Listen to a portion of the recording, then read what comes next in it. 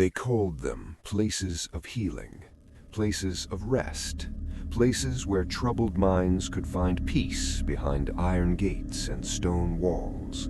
But those who walked out, and so many never did, they told a different story.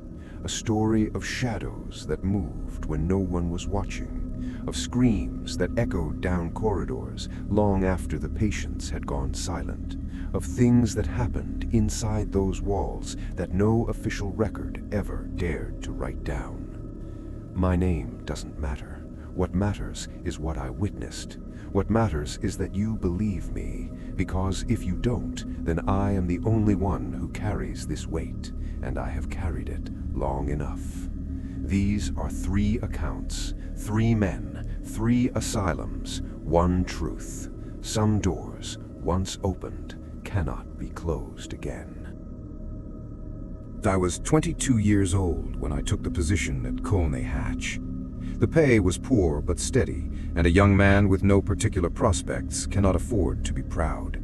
They told me the work was simple: walk the wards, keep the patients calm, report anything unusual to the senior staff. Simple. That was the word they used. I have since come to despise that word. Colney Hatch was not a small place. Over 1,000 patients lived behind those walls, each one a world unto themselves, each one carrying something the outside world had decided it did not want to look at. I did not think of them as monsters. I want to be clear about that. Most of them were simply broken by grief, by poverty, by things no human being should have to endure. I pitied them. In the beginning, I pitied all of them. Except the man in Ward 7. His name, according to the ledger, was Thomas Crane. He had been admitted 3 years before my arrival, committed by his family following what the records described only as an incident of an unspeakable nature.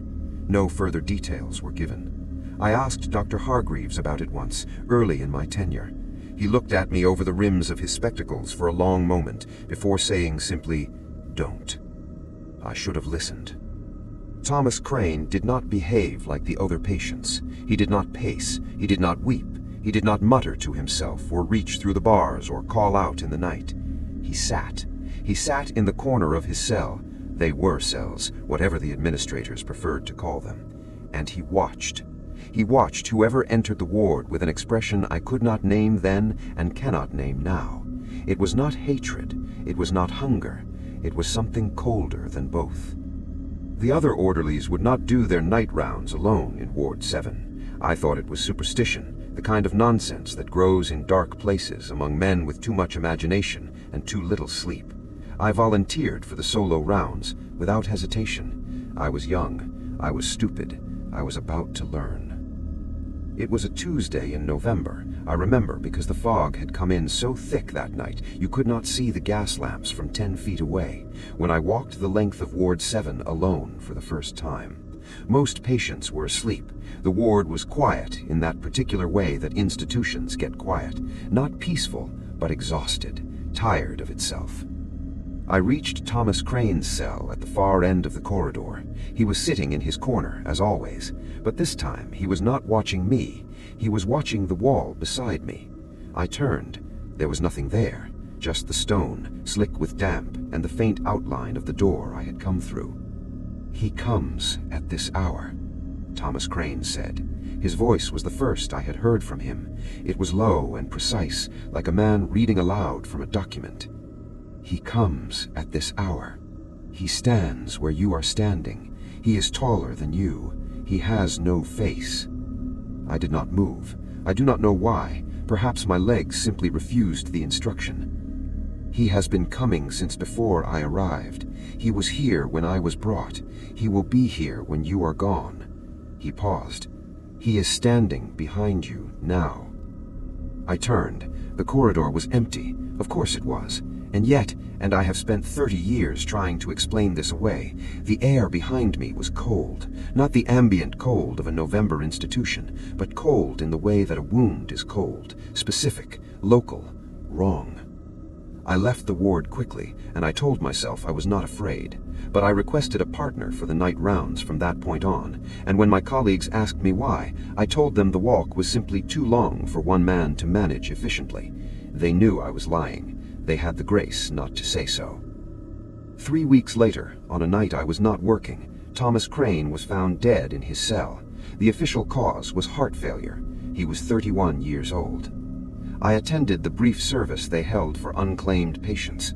Standing at the edge of the small, frost-hardened plot of ground behind the asylum, I looked back at the building, 3rd floor, far end, Ward 7. There was a figure standing at the window of Thomas Crane's old cell. Tall, perfectly still. The glass was fogged, and I could not make out a face. I have never been back to that building. I never will be. You must understand that I am not a man given to fantasy. I trained under Dr. Elderton at St. Bartholomew's, and whatever people say about that man's methods, he produced doctors who trusted evidence above all else.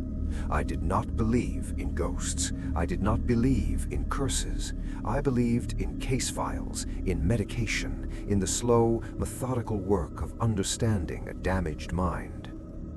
Broadmoor changed me. I arrived in the spring of 1894, assigned as assistant to Dr. Pemberton, who ran the women's wing, but often consulted in Block D, the section that housed what the senior staff called, with the peculiar clinical detachment of men who have seen too much, the irrecoverables. These were men who had committed acts so extreme that treatment was considered not a realistic goal, but a professional performance. You treated them not because you expected progress, but because the law required that you try. My first month was unremarkable. My second month was when I began to hear it. It started faintly, so faint that I assumed it was pipes. Old institutions breathe, they contract and expand with the temperature, and they make sounds that settle into patterns you mistake for intention. I noted it in my personal journal as recurring percussion from the lower infrastructure and thought no more of it.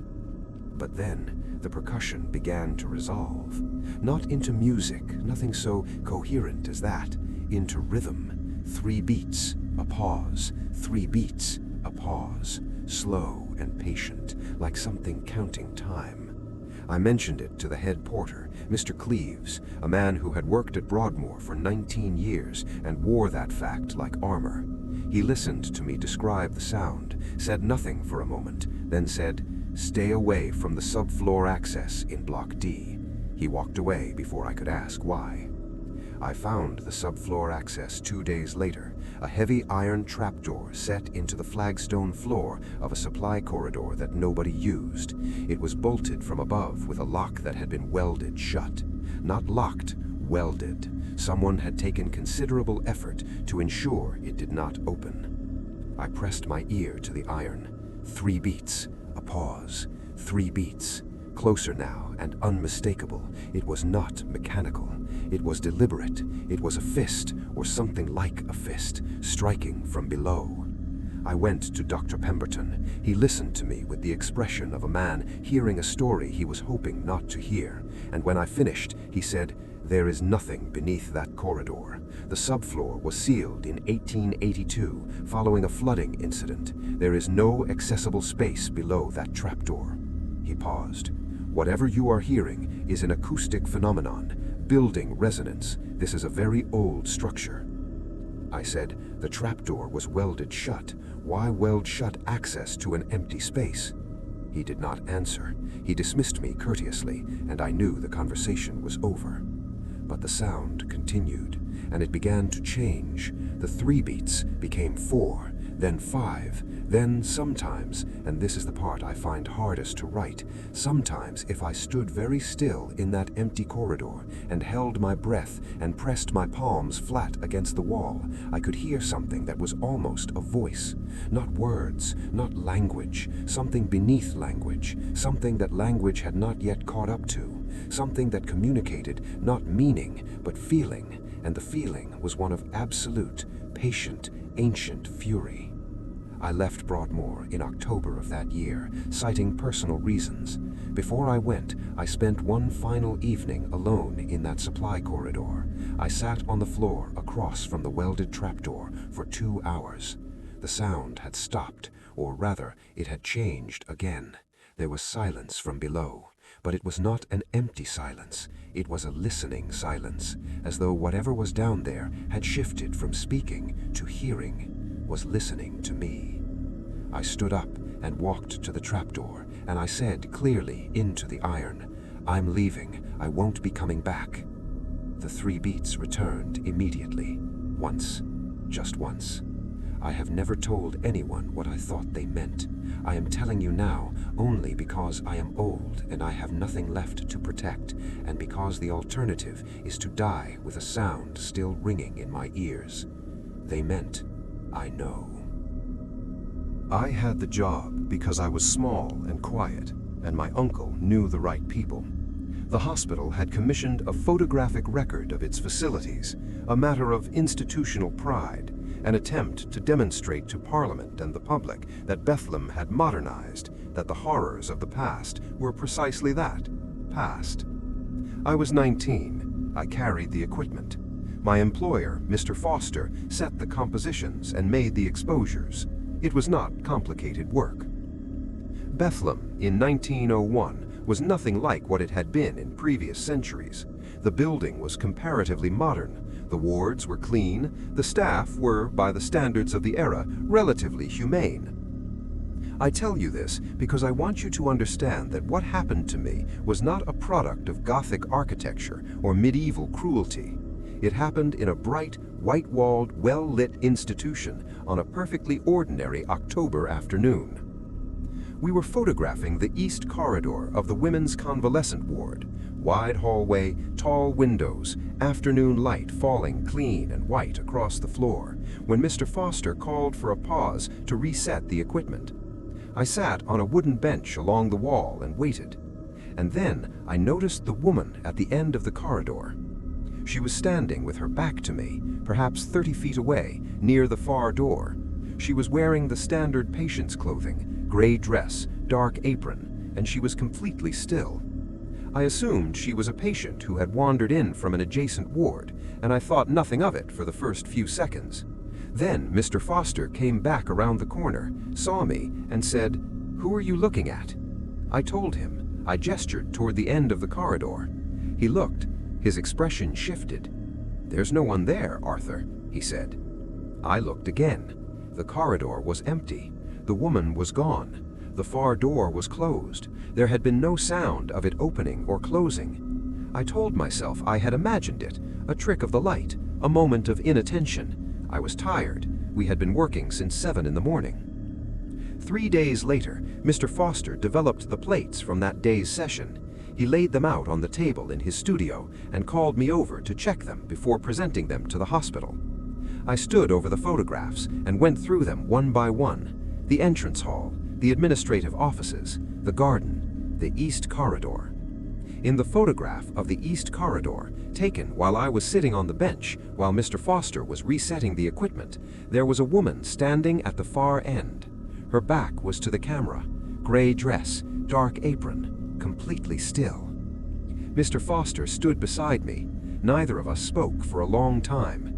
"That plate must be defective," he said at last. "Of course," I said. We never spoke of it again.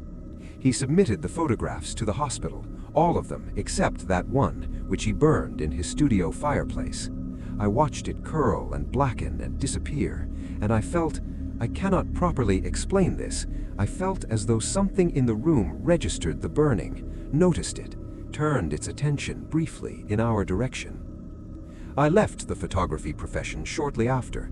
My uncle arranged a position for me in an insurance office, which suited me considerably better. I have lived a long and largely unremarkable life. I married. I had children and grandchildren. I have not set foot inside any medical institution since that October afternoon, not for any reason, not even when my health demanded it. Some years ago, while sorting through a box of old papers, I found a contact print I had made in secret, a small copy I had slipped into my coat pocket before Mr. Foster burned the original. I had forgotten I had made it. I sat at my kitchen table and looked at it for a very long time. The woman in the photograph, the woman at the end of the corridor, had turned around. I burned the copy as well. But here is the thing about photographs and about memory and about whatever it is that lingers in old buildings, behind the walls and under the floors and at the end of empty corridors. Burning the image does not unmake what it showed. She was looking at the camera. She was looking at me. 3 men, 3 asylums, 3 encounters with something that the age of reason had no language for, no category for, no cure for. Victorian England built its institutions on the belief that the human mind could be measured and managed and restored to order. What it discovered in those stone corridors and iron cells is that some things resist measurement, some things resist management, some things do not go away when you stop looking at them. The asylums are largely gone now, demolished, repurposed, converted into luxury flats and art studios and student housing. The stones have been reclaimed, the iron has been melted down, but the walls remember what happened inside them. And sometimes, in certain corridors, at certain hours, in the particular quality of silence that descends when a building is very old and the lights are low, sometimes something remembers too.